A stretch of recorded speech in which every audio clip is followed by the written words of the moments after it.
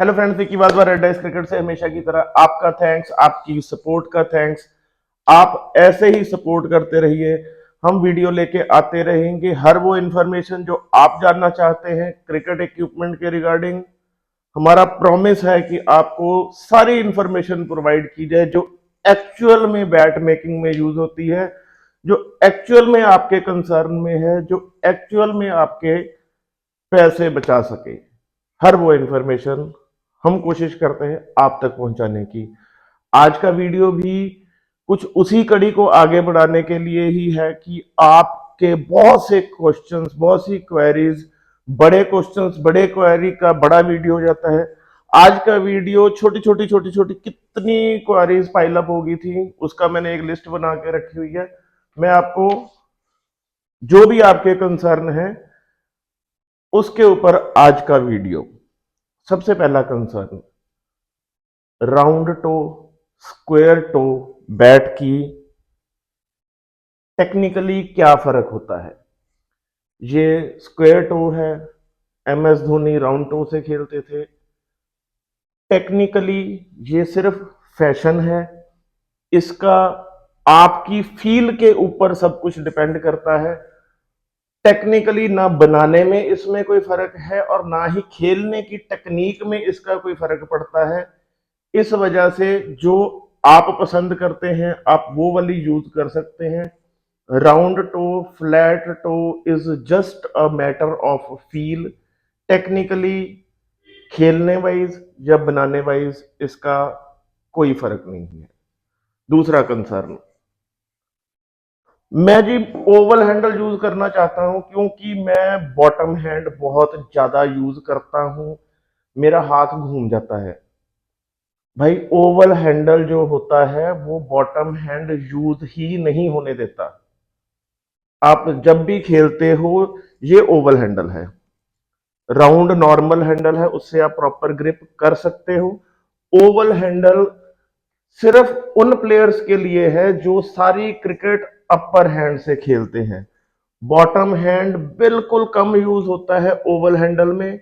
इसलिए जो भी ये सोचते हैं कि मैं बॉटम हैंड से खेलता हूं और मुझे ओवल हैंडल बेस्ट रहेगा, जी नहीं, ओवल हैंडल आपके लिए बिल्कुल ठीक नहीं रहेगा। आपका ग्रिप ही प्रॉपर नहीं बनेगा क्योंकि ओवल हैंडल हमें अलाउ ही नहीं करता कि बॉटम हैंड का ज्यादा यूज कर सकें। आपका हाथ घूम रहा है तो उसके कई कारण हो सकते हैं। आप मोटा हैंडल यूज कर रहे हैं, आप एड ऑन ग्रिप कर रहे हैं, आप शॉटों में जोर लगा रहे हैं बहुत ज्यादा। क्रिकेट जोर की गेम नहीं है, क्रिकेट टेक्निक की गेम है। अगर जोर की गेम होती तो ब्रॉक लेसनर का रिकॉर्ड पाजी से बड़ा होता। तीसरा कंसर्न, ओ जी, जिसमें तीन रबड़ नहीं है वो इंग्लिश विलो बैट नहीं हो सकता। भाई ये जो रबड़े हैं ये हैंडल में स्प्रिंग बनाने के लिए, एक बैट के स्ट्रोक को, शॉक को एब्जॉर्ब करने के लिए डाली हुई होती हैं ये तीन रबड़े जो होती हैं। तीन रबड़े हैंडल और केन की मोटाई के हिसाब से डाली जाती हैं। इसका लकड़ी की क्वालिटी के ऊपर कोई फर्क नहीं पड़ता कि जी सिर्फ तीन रबड़ वाला हैंडल ही इंग्लिश विलो बैट होगा। ऐसा जरूरी नहीं है। कश्मीर विलो में भी तीन रबड़ हैंडल रहते हैं। कोई कंपनियां दो रबड़ भी डालती हैं, उसका भी कोई फर्क नहीं है, वो भी इक्वली गुड होता है। तीन या दो रबड़े डालनी ये हम मेकर डिसाइड करते हैं कि हैंडल की केन की थिकनेस के हिसाब से कितनी रबड़ों का साइज अप्रोप्रिएट है। मसला सिर्फ इन रबड़ों का फ्लेक्सिबिलिटी देना होता है सो दैट कि जब भी बैट के ऊपर तेज बॉल का इंपैक्ट हो तो आपके हाथों में झंझनाहट ना हो। आप देखते हैं कई हैंडल्स में पांच पांच रबड़े होती हैं, रबड़े नहीं होती, कॉर्क होता है। इनफैक्ट पांच रबड़ डालेंगे तो जरूरत से ज्यादा फ्लेक्सिबल हो जाएगा। पांच रबड़े भी कोई कंपनी डालती है। हाउएवर बीइंग अ क्रिकेटर मैं रिकमेंड नहीं करता क्योंकि नए नए बैट तक या आधी उम्र जब तक बैट की हो जाती है तब तक तो उसको कोई फर्क नहीं पड़ता, बट जैसे जैसे हम बैट यूज करते रहते हैं हैंडल की फ्लेक्सिबिलिटी बढ़ती जाती है, बढ़ती जाती है। और जब पांच रबड़ वाला हैंडल, पांच रबड़ वाला बैट लास्ट स्टेज पे होता है, तो मैं फील करता हूं कि आपके शॉट मिस टाइम हो सकते हैं ड्यू टू ज्यादा फ्लेक्सिबिलिटी। तो एक रीजनेबल सी फ्लेक्सिबिलिटी जिसकी एक्सेप्टेंस है वो 3 रबड़ या 3 कॉर्क से आती है। छोटे साइज के बैटों में 3 रबड़ कम यूज की जाती है, 4 नंबर के बैट में 5 6 आप छोड़ आते हो कि जी इसमें तो 3 रबड़े नहीं है, ये तो इंग्लिश फ्लो हो ही नहीं सकता। ऐसा नहीं होता, केन की थिकनेस के हिसाब से रबड़े डिसाइड की जाती हैं कितनी डलनी है। ओ जी ये वो मेरे बैट में यहाँ पे स्ट्रोक नहीं है, यहाँ पे स्ट्रोक किसी बैट का भी नहीं होता, बहुत कम बैटों का होता है, क्योंकि बैट डिजाइन ही इस हिसाब से है। इसके पीछे वुड नहीं होगा तो इसके यहाँ से रिबाउंड नहीं जाएगा। बहुत कम बैट होते हैं जिनमें यहाँ पे भी लगने से क्लियर हो जाती है बॉल। बट नॉर्मली ये जो सेंसिटिव एरिया होता है, इसके 2 कारण होते हैं स्ट्रोक कम होने के, ना होना नहीं, कम होने के। एक तो ये एरिया होता है, प्रेस कम है, जब हम बैट को प्रेस करते हैं तो इतना एरिया कम प्रेस रह जाता है, इस वजह से इसका और ऊपर वाले का रिबाउंड फर्क होता है।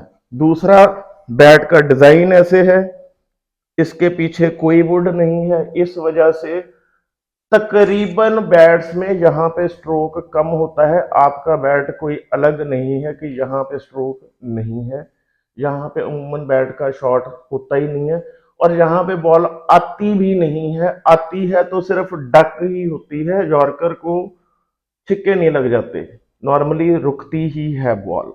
एक और कंसर्न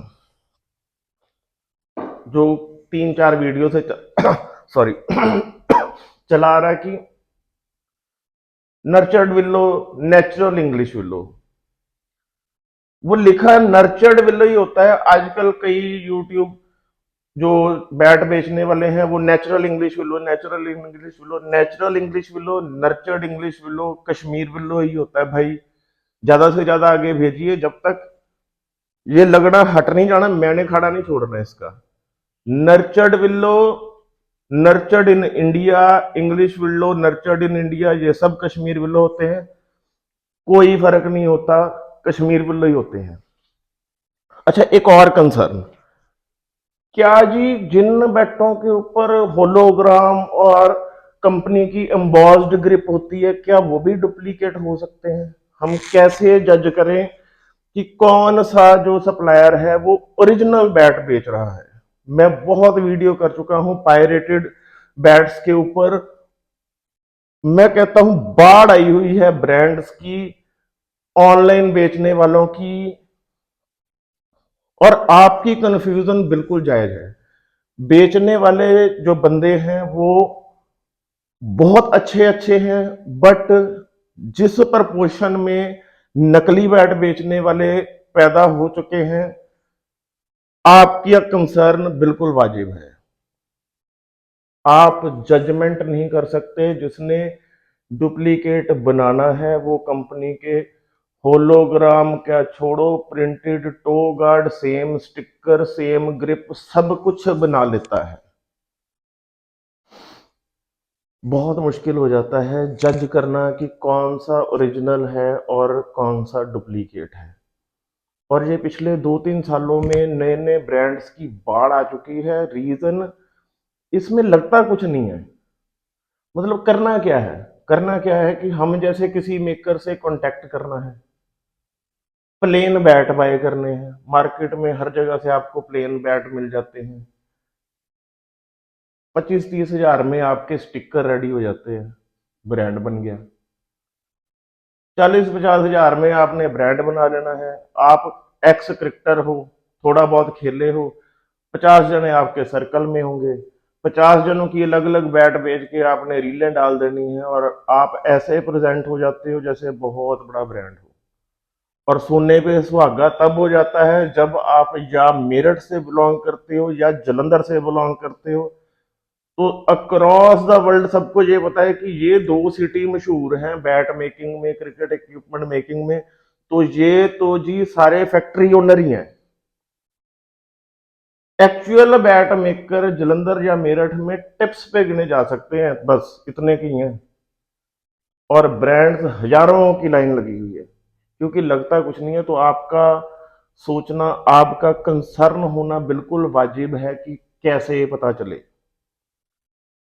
पता आपको चल सकता है जब भी आप ऑनलाइन बैट देखें, आप उनके रिव्यूज देखें, आप उनके जो पेज के ऊपर रिस्पॉन्स है, कस्टमर फीडबैक है, जो आप देखते हैं वो जरूर देखें।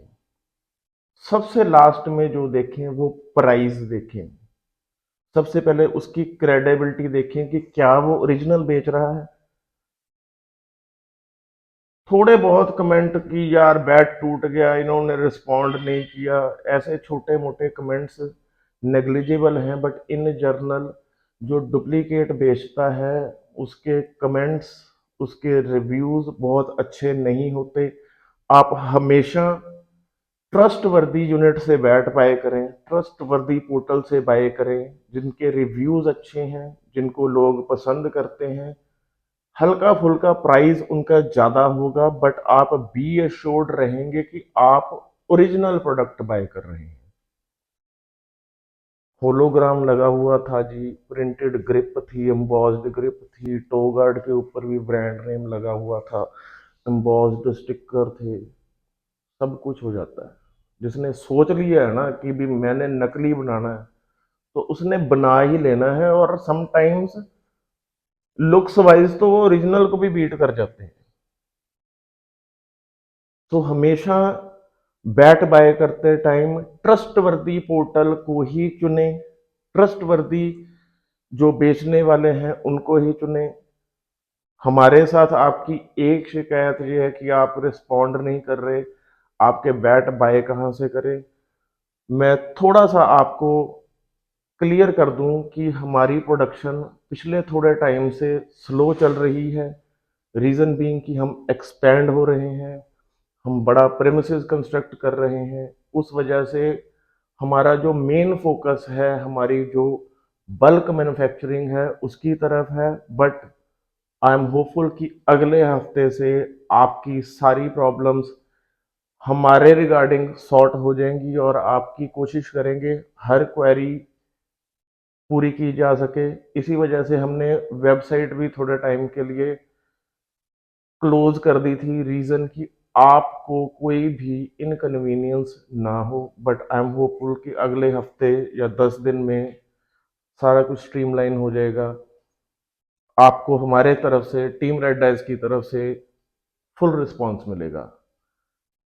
रेड डाइस वाइट्स 800 रुपये में आप ले सकते हैं, बहुत तगड़ा रिस्पॉन्स। आप ऐसे ही सपोर्ट कीजिए, हम नए से नए प्रोडक्ट अब से ऑनवर्ड्स लेके आते रहेंगे। आप ऐसे ही सपोर्ट करते रहिए, वीडियो आगे से आगे भेजिए, सो दैट कि सब तक ये इंफॉर्मेशन पहुंच सके, सब तक ये नॉलेज पहुंच सके, सबको इसका फायदा हो सके, हमारी भी हेल्प हो सके। आप ज्यादा से ज्यादा हमें क्वेश्चन भेजते हैं, हम मोटिवेट होते हैं, और हमारी कोशिश रहेगी कि हम कभी भी आपको लेट डाउन ना करें। आप ऐसे ही देखते रहिए। Keep watching, keep sharing. Thank you.